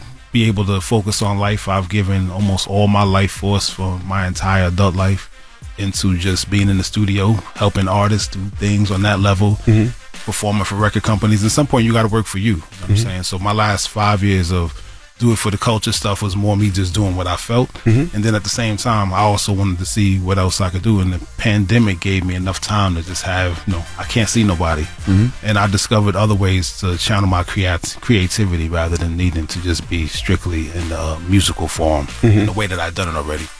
And, after I put out my last album, Black on Purpose, in 2020, I was in the crib and I was, kicking it with my homegirl, Arce, and I was like, Dad, maybe you should do some art. She's like, yeah, you should. And I was like, word? All right, cool. So that turned into me going and getting some spray cans and kind of messing around with pieces. And then it was actually Angie Martinez's birthday. Was coming up right after that January. So I asked Rhonda, who's her favorite artist? Like Celia Cruz. I'm like, word? So now I get a Celia Cruz picture and I'm starting to mess with it to make a gift for her. Then Nas like, what you doing? I'm like, yeah. He's like, oh, that's crazy. So I had a Rakim picture I started messing with. He's like, nah, use this raw picture. So I just was really finding some other way to utilize my creativity. And you had a background in art? Because this picture y'all looking at, Salam actually painted. Yeah, so actually it's actually a mixed media art. So what I started doing at first was I was using pictures and then actually take a spray paint piece and then doing a picture in the middle of it, which I still have to get rights from the photographer. Then what I decided to do was my creative director, Tatiana, actually drew this slick Rick for me because I had, I wanted the rose on the eye patch and the crown leaned a certain way and everything else. So then now it's like a combination. It's a combination mixed media where I spray painted the Gucci in the background and the speakers and the audio system and everything else. But I actually put a picture of Rick into this whole piece. And it's a split between myself, her as the illustrator, me as the canvas artist, my engineer building audio systems with me. And that's just pretty much the products that I ended up doing now. I have like speaker boxes that have different people on it. I got Kane, Rakim, Nas, Black Thought, Questlove, Celia Cruz, Bob Marley, all these different people that I've created different versions of this type of technology for. But I felt like the ball player that's coming to be like, hey, I do art now. And if I just said that to you, you're like, whatever, but I had to bring it out so I could show you. So how does the splits work? We heard you talking behind the scenes about the split. So how does that work for somebody to buy the piece, like this huge piece right here, speakers and everything? Yep. How much is this piece and how does it work? This piece is $50K, and basically how it works is that, I went to Bob Marley's family first and Marvin Gaye's family. I had working relationships with them on the musical side, and I basically said, what would you be happy with for just name and likeness if we were going to utilize something? Because I knew that they were really on top of their business game, and I wanted to see what was the strong deal. And it's like, it's you, it's 30. No. Like, what do you really want? They said they would like 40%. So I was like, all right, cool. So we set up the deal, all the terms to it, and I said, okay, 40% is what they're going to get just for their name and likeness, regardless of who drew the picture, regardless of who took a photo, everything else. And I made that the standard for museum. So now 40% goes to the person for their name and likeness, which is not law. That's how we're rolling. And then the other 60% goes between either the photographer, if I'm splitting something with a photographer, or somebody drawing it. I'm sure you've gone somewhere and somebody's like, hey, this is my favorite picture of you I've drawn, and they selling it. But then what do your kids get from that? Right. The whole idea of the museum, for me, is about us making sure that we're utilizing my relationships, because I'm going to do art for a while, but I know I'm going to go do something else. But just for me, this whole ecosystem is about everything that we do. It's artist approval. I can't, if you take a picture with your wives, can you just post it? Nah, hold on. Let me see it. Wait a minute. They're going to check it, and they always, any artist is going to have a perspective where they want to make sure that their image looks right. So that's number one. Number two, I want to make sure that they are the controlling party, not whoever does something of them. And then when it really gets down to it, besides getting financially raised, I also got to ask them, somebody wants to buy it, I got to call up, Mandy and Rick and be like, are you cool with X buying your picture? Because that's the way I would feel. You know what I'm saying? So how does it work for a fan? That doesn't have a name, like, Nick, the camera guy, you know what I mean? The camera guy might still be approved by whoever to do it. It's not just about being famous. I think it's really about just understanding who's having it and just having some type of approval process, just as anything else. If it's your property, if you own a house, does anybody get to buy your house? You get to decide who you want to sell it to. And looking at your intellectual property as property just as well as everything else is really where I'm at now, because I had to look at my own career, and part of me getting to 50 and looking back was like, wait a minute, how much is before people were selling catalogs, how much is my catalog worth? I put 36 years in. That's some type of pension or something. Like, where am I at? Rather than feeling like I got to get on the next project, I got to get to the next one. A lot of times people operate from a place of feeling like they don't have any value, and at the end of the day, your value is also you being able to find the people who value who you are, what you do, where it is, and everything else. For me, it was a self-discovery process that also turned into, wait a minute, if I know this and I'm able to be in my house and not have to feel like I got to run up and down and chase the things in my elder years, then also if I share this information with the rest of my peers and other people, the same way that both of you have a shoebox of photos from your long careers, that you might have a picture of somebody that they never seen before. And then also photos that you have with artists. Nas might need a photo of him by the Coliseum. Especially old ones that he probably forgot he even took. All the time. So what happened was I actually was going through my own photos, and then I have photos that I took in the studio of Amy, or I have photos I took of Nas, a lot of them. And then he's looking through like, whoa, I forgot my daughter was there. Wait, my pops was there? Like, he forgot because he never seen me being in the captain's chair. Just like Nick is taking pictures of what's the room. He got a whole lot of images of different things that you might need at some point, and now we're able to bring value to it. That's where my goal is, bringing value to everyone, and being able to also speak to a lot of artists that might even be in their 50s and 60s that are working day jobs that aren't being appreciated. They feel like, oh, that was my 20s and I did something back then, but we as fans still want to be able to connect with them. And that's really, the purpose of it, kind of connecting icons with up and coming artists and painters, and also just having brand new people that I think are dope. There's a picture, I have a pop-up here in New York right now, which we're actually extending to September 30th. That is museum here, because I needed to show once again everybody that I'm working on the art stuff and what we're doing. But there's a picture in the window that this cat Justin Waddington had done a Nas, and I saw it on the gram, and I was like, that's dope. So I sent it to Nas. He's like, yo, I like that. I normally like pictures of me, but he got the old me with the cigar, he got the young older me with the twist. He's like, I kind of like that. So I contacted him, and now they have a collaboration where it's business together, where he's cool with Nas getting 40%. And at the same time, now they're selling merchandise. Now that works together. And that to me is just, what I felt like I could bring to the table, because most artists, even for photographers that took pictures of artists in the 90s, they don't have a contact to get to them. They don't know how to speak to them. And then, you get the 5 selects, but what about the other 100? All right, we got more with Salam Remy when we come back, so don't move. It's the Breakfast Club. Good morning. Morning, everybody. It's DJ Envy, Charlamagne the Guy. We are the Breakfast Club. We're still kicking it with Salam Remy. Who's the most requested artist? Well, what's crazy? The first things first, when people walk into the space, either, I have a 3,000 square foot gallery in Wynwood in Miami, and then the pop-up here, it's so much, they have sensory overload. So they're sitting there going, oh gosh, this Bob Marley, or Marvin Gaye, but then they'll turn around and be like, yo, I really like the Super Cat. Like, I never thought I would see Super Cat on the wall. I never thought I would see, Brumman. You know what I'm saying? Like, I had Brumman from Martin come out and host my season 2 opening in Miami. But people like, I don't even know his name. But Martin fans is heavy, and they know from 4th floor. Pro man from 4th floor. From 5th floor. 5th floor. You know what I'm saying? But they open off it, but they don't even know his name. But to me, he's so much a part of culture. He should be like, Debo. You know what I'm saying? How many people name their dog Debo after Friday? You know what I'm saying? Like, where that actually goes. So to me, it's just about being able to help and, bridge that gap. So I look at it like, this is my continued give back, not just I got to make a beat for you. This is what the artist portion of it. Got you. We had Fab Five Freddy up here, and he came up in the art scene here in New York, and he was great friends with Basquiat, and then they connected with Warhol, and it made me ask him the question: what's art's impact on the culture? So first of all, Fab is also with this Fab Five Freddy piece, which is actually on Orchard Street right now in Delancey, and then Fab is also on the board of our team, and he's also my cousin. And, oh wow! So the reality is that for me, understanding that the visual art, it was always, some portions graffiti was more popular than music at some points with hip hop. To me, that's just always part of it. It's a culture. So the art goes with the music, goes with the style of dress, goes with everything else. How you're styling yourself, how you're working your avatar. You know what I'm saying? And I feel like it's a missing portion from the aspect of, even museum to me. It's like the pillars of the community.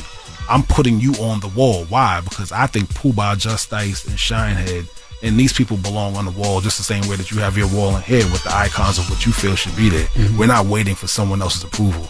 And that's what I feel like a lot of things are done, because, normally a museum is stolen artifacts of someone that doesn't even know it. Didn't OJ catch his second case? I mean, the politics, but he was trying to get his Heisman Trophy. He get his Heisman back. So, the other day I had to tell my dude, like, yo, hold on, somebody stole your phone? Yeah, I'm tracking them. I'm going on 95. I see them with my phone. Easy. That's not a case we want. I know it's your phone and it's wrong, but like, we don't really want to do that right now. And that's just, to me, the process of it. Like, if we can turn around and say that the art is actually bringing the visuality back to it, and then also you're going to collect what you love. That's one of the themes of the museum, and being able to say, I love what's there. It's either you feel it or you don't. And that's really about it. Like, finding 100 people that really add value to what it's going to be. And, my goal is to raise everybody's IP, because that's not something that is always done, like I said, especially for our legacy artists. And at the same time, I'm helping artists across the board. I think what you said is so true, man, because I feel like the culture feels very disposable now, because we're not treating it like art. So when you see the culture presented as actual art and as an art piece, it makes you value it all more. Exactly.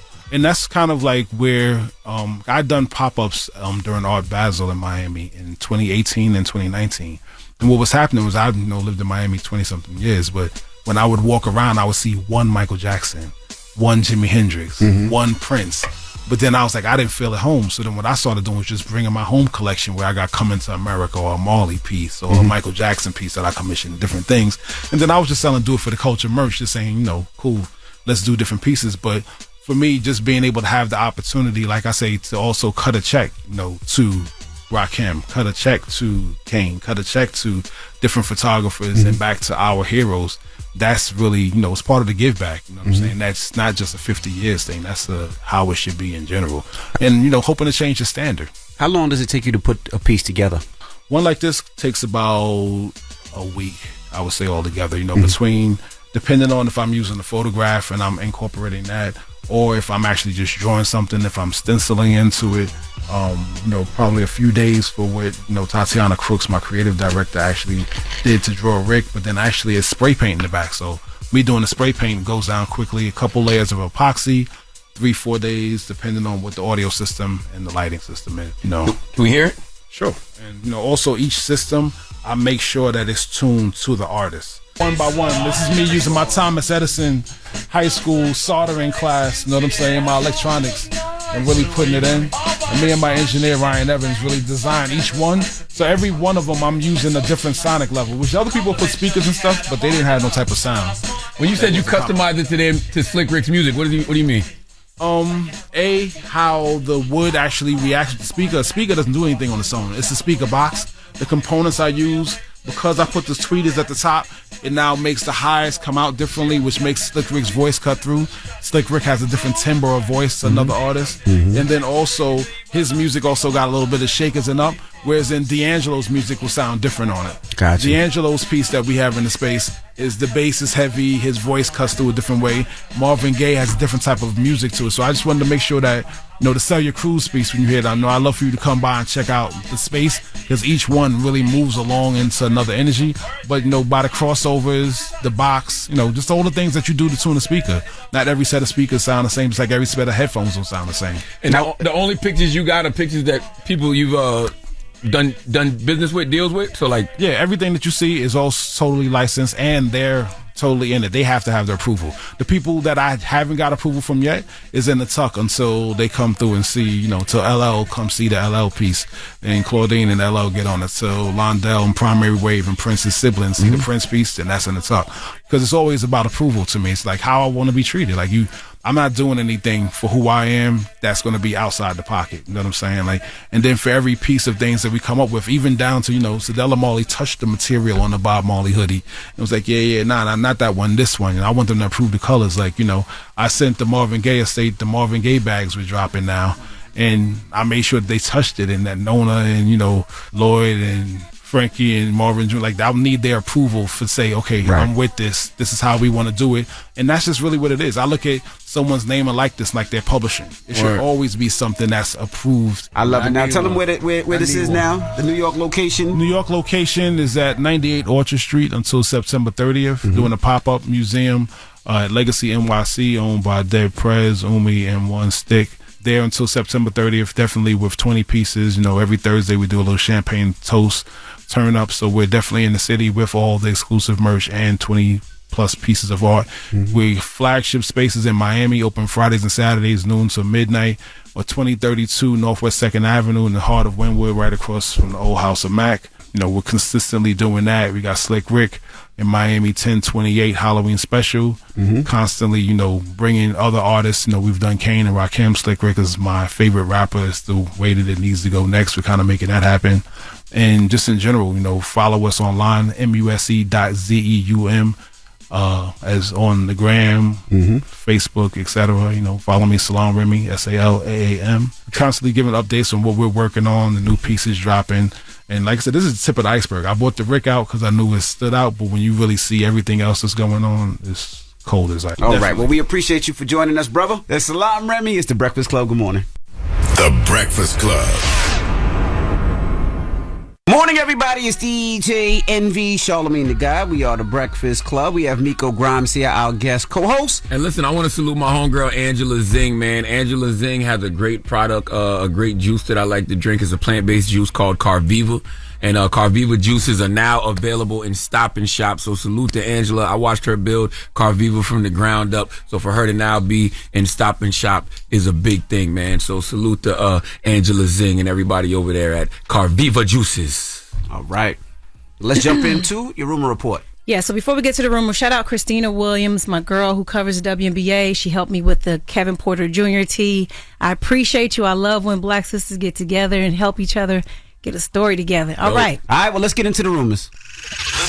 Listen on. Well, Miko's known for being a loud mouth. I got 17 years in this business. Do you need me? I got the tea, baby. Made it. This is the rumor report.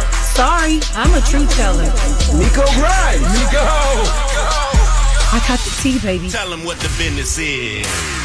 Okay, so on Friday, Team USA fell 113 to 111 to Germany. in the semifinal before losing to Canada 127 to 118 in overtime. And we didn't medal. No. We got nothing. We didn't even get up on the box. So now we got to pull LeBron off the shelf, put a cape on. He got to play Captain Save a Hole for USA in 2024 Olympics in Paris. And now he is beginning to recruit other stars to come play with him. Yeah, I think it's only right. But you need the best of the best. You need Steph. You need Durant. You need Kyrie. The crazy part, though, them the old guys now. You know what I'm saying? They should be making the new young stars go out there and ball. The Ja Morants. Well, you just want the but when best. you want something done right, you gotta bring do out it the yourself. You want the gotta best bring in out the the league. big guns. So Ja Morant, yes. Who else? We need the big guns. We need good segue. We after definitely Ja need Morant. Steph. Yes. You know what's so interesting about that is everybody is trying to use this to justify what Noah Lyles said. When Noah Lyles is like, the USA. the NBA players aren't world champions. They're not the best in the world. Yes, they are. The best players in the world still play in the NBA. Yes. They just didn't play for this USA team. Well, this is the thing about FIBA. This isn't our best. This is like there's tiers of NBA players. Nobody wants to play in the FIBA. This is, and also the other teams don't have all their best players either. So this is like almost like a practice for the Olympics. And even when the other teams do have their best players, those best players are from the NBA. Yes, they are. So this is the best players in the world playing NBA. Yeah. So LeBron's trying to recruit all the big names. He was reportedly reached out to Steph Curry, Kevin Durant, Anthony Davis, Jason Tatum, and Draymond Green. Man, we got to redeem ourselves. This is embarrassing, though. Even our C team shouldn't be not meddling. Yeah, would this be the redeem team too? This would be the redeem team too, right? Yeah. Yes. And other news, Nelly and Ashanti are confirmed relationship. Nelly recently sat down with Love and Hip Hop star Rashida and Kirk on Rashida's Boss Moves podcast. And during the conversation, he spoke on his relationship with Ashanti. So you and Ashanti are back together. Yeah, look at that smile. You see that smile? Look at your face. Oh my God. Yeah, we cool again. Y'all cool again? We cool again. I think it surprised both of us, though. It wasn't anything that was like, I don't think planned. I think we both was pretty much doing what we do. But sometimes being separate, you understand one another more. You could be like, well, let me exactly see maybe what they see. Is it feel good now? Yeah, I mean, because it's no pressure. Okay. Before I felt like both of us are doing what we're doing career-wise. Right. And when you got so many people in the middle of it, it can be tough. That's a dope-ass couple, man. Wait a minute. I don't know. He said, we cool. I don't like that. Like, if I spin the block on you, if I spin the block after everything I done went through and you done, did me this way, you can't say we cool again. Yeah. You got to say we locked in. Okay? You better. She carrying a purse on the red carpet with an old throwback picture of y'all. You better say a little bit more than that, Nelly. You better say something bigger than that. that. You think Ashanti hit him? Oh, we just cool? Yeah. We just cool, huh? Yeah. Well, the pocketbook she wore yesterday that you're referring to was 20 years ago at the MTV Awards was the first time they exchanged numbers. Yeah. So it was a throwback picture to that. But that's very sweet. Look at her being sentimental. He talking about we cool again. So Nelly, you know what you got to do? You got to go out there and get you a T-shirt of you hugging her at Versus. You walking across that stage to go hug her at Versus. Because to me, that's where it rekindled. Just in my mind. I don't know. Correct. You know? He saw how fine Ashanti been looking. We all seen it. Come on, man. We seen it. Ashanti Instagram is a safe space for men. What are you talking about? It is. It's a safe space for men. That's where we go to congregate and have conversations amongst each other. What? Salute to Ashanti, though, and Mama Tina. Yeah, so Coyle Ray posted a picture of flowers that she received from Beyonce, and then the flowers say, "I'm a fan of yours, and I love watching you grow. You're a very talented young lady. Love, Beyonce." And some people in the comments were saying it was cap that Beyonce didn't send her these flowers, but isn't this a thing that Beyonce always does? Beyonce does do that a lot, and I mean, it wouldn't make sense. First of all, let's be clear. Coyle Ray is talented. Yeah. Y'all kiss my ass. Coyle Ray is very talented. And this is just me and my mind and my imagination, right? Busta Rhymes puts out a new record with Coyle Ray. They rapping over Jay-Z, Ain't No Nigga. Jay-Z and Beyonce in the car or on the jet. And they're like, oh, that's dope. And Beyonce like, yo, Coyle Ray been fire. You know what I'm saying? I'm going to send her some flowers because she talented. I'm a fan. Boom. You put all that in your mind. I mean, that does sound makes sense, realistic. right? You put all that in your mind. Yeah, It makes sense. Run with that. Run with that. Run with that one. It could have been just she seen girls or players too. And Beyonce was like, "Yeah, I like this song. It's just send her flowers." Mine was way better. Okay. Mine was way better. We got time for one more? Mm-hmm. Yeah. All right, so Doja Cat and Quavo sparking dating rumors. Apparently, they were spotted having dinner at Carbone in New York City earlier this week, and the nature of the dinner is unclear.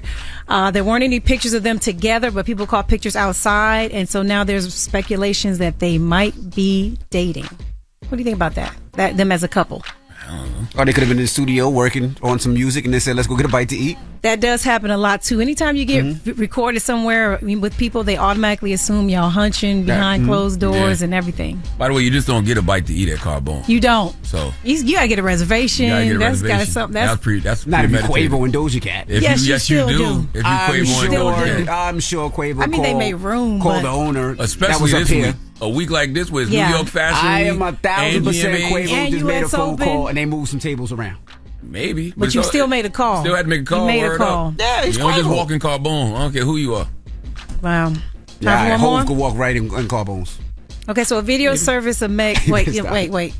You said what? I said Hov could walk right in Carbones. A lot of people could walk in Carbones. You could just walk in and get a table. No, not regular people, but I'm sure some celebrities can. I don't know, because other people have reservations. If they move me, because Hov walked in, I am pissed. I'm sorry. I don't care.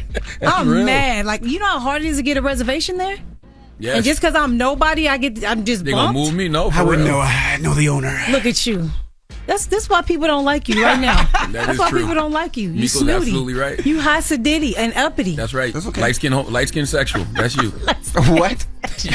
Light skin sexual.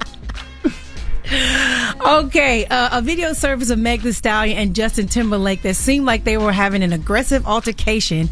Fans immediately assumed that there was a beef, but apparently they were just having a fun conversation backstage about, finally meeting each other. I hate when people see stuff like that and they have no idea what's going on, and then they just make a rumor saying somebody's beefing and fighting, but I guess this is what happens when you're famous. Yeah, I heard they weren't arguing. I heard they was like what was it? She said, this is the proper way to meet or nice to something? meet you. Yeah. And she was like, no, I didn't meet you like this. We have to meet again or something like that. Yeah. I guess they were joking and playing. I don't know. It was a joke. We And weren't there. Money Long came to her defense and said, like, why are people always calling black women angry? Like, that's what they were saying. Like, oh, she looks angry. Like, we can't just be animated and be silly and fun. Like, it's very annoying. But I'm glad that Money said that. And if you don't get the sense of humor.